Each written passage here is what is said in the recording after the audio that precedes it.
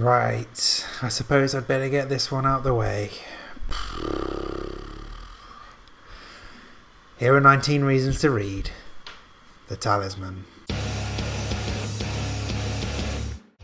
Hi there and welcome back to my channel. I'm Dave Musson at Dave Musson on Instagram, and this is the place where I'm walking you through the bibliography of Stephen King in chronological order, reviewing each book and trying to give you 19 reasons to read each one. If that sounds like something you'd be interested in more of, do go and look at the other videos on my channel, because I've been going for a while now and have still yet to barely scratch the surface. And why don't you subscribe while you're at it? I'm not going to lie, I've not been looking forward to having to sort this video out. In this video, we're in 1984 and we're covering The Talisman. The Talisman is not a book that I like, but I made it through roadwork, and god damn it, I'm going to make it through this pile of crap as well. So let's not hang around. Here are, right here and now, 19 reasons to read The Talisman.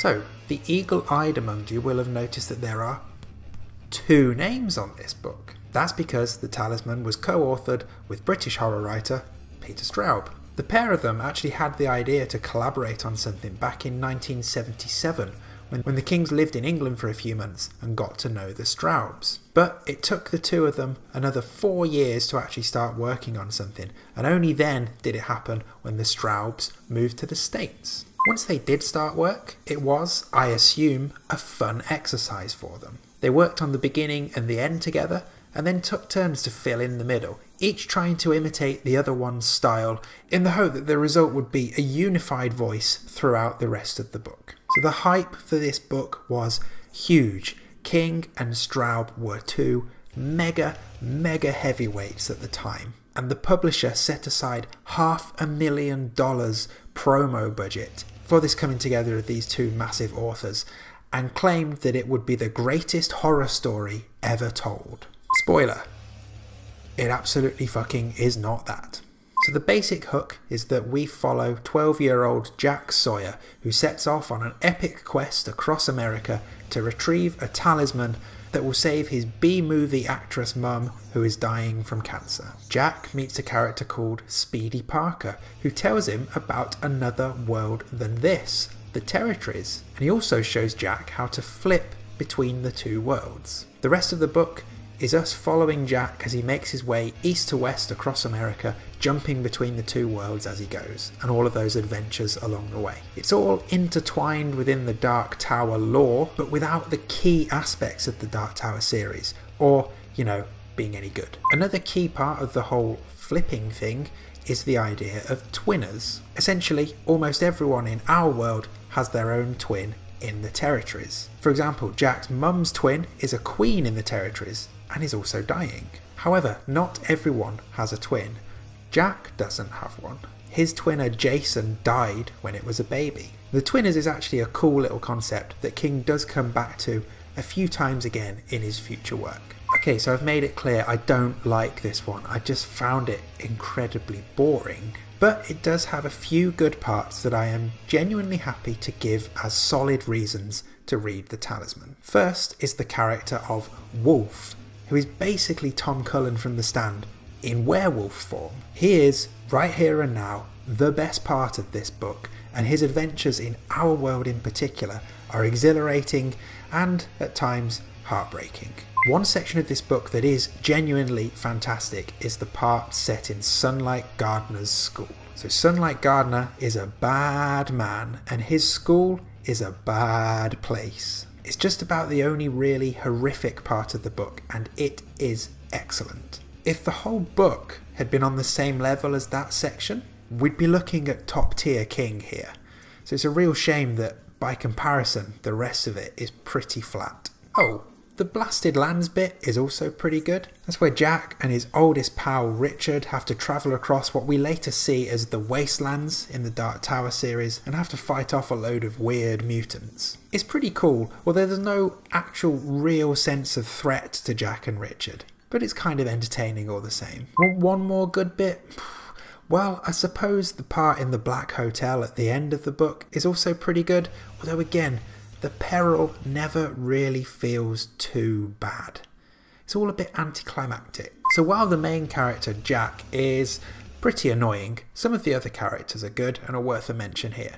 I've already talked about Wolf, but Jack's mum is also a good reason to read this book. Lily Kavanagh, that actress I mentioned earlier, has this just classy air of cool about her, and brilliantly is known as the Queen of the B movies, in a nod to the sort of line of work she does. So I've mentioned Speedy Parker as well, also a dude. He gives Jack a magic guitar pick that helps him out in the territories, and his twinner, Parkus, is a hotshot gunslinger. But we need to sound the magical Negro bell here again. Minus 100 points to both of the people who wrote this book for basically being okay with the idea that the only black character in this story is the one who sets out the epic quest and then spends the rest of his time helping the white characters achieve that quest. I know it was written in a different time, but still doesn't make it okay. It's like Mother Abigail all over again. How many more? 6? Fuck. I mean, the scene in the Oatley Tunnel is kind of creepy, I'll give them that. I mentioned Wolf, right? Cool. He's enough of the badass to get a second shout out. Oh, we've not talked about Morgan Sloat, or Morgan of Orris as he is in the territories. He's the story's bad guy, supposed best friend of Jack's dead dad, but actually just somebody who wants to take over the territories and become Mr. Billy Big Bollocks. He is a prick, and he chases Jack throughout the book, but he's not actually that scary. He is definitely not a particularly bad Stephen King villain. He's just, well, really fucking annoying. Now, some weird shit does go down at a posh boarding school where Richard, who I mentioned earlier, is studying, and some of you watching this will enjoy that part. Personally, I struggled to stay awake. The action, I didn't find it to be that good, and Richard is pretty, well, pathetic, needy, also annoying, all of those things. So the hype machine I mentioned earlier clearly worked for this book. The first edition hardback spent 12 weeks at #1 on the New York Times bestsellers list. Lastly, as if all of that wasn't enough, King and Straub decided to team up again and write a sequel for this called Black House. Now thankfully that didn't come out until 2001, so we've got a long way to go before I have to suffer going through that video. There you have it, 19 reasons to read The Talisman. Who knows, you might enjoy it. I know there are plenty of constant readers out there who genuinely love this book. I am not one of them. But whatever you think about The Talisman, don't be shy in letting me know in the comments. And while you're here, maybe consider subscribing so you don't miss out on future videos and the chance to let me know what you think of those as well. Thanks as always for stopping by. If you fancy coming over to Instagram and saying hi, I'm at Dave Musson on there. No twinners, just the real me. Other than that, we are done with The Talisman, so I'm in a much better mood now than I was about 10 minutes ago. I will be back soon with one more book from 1984.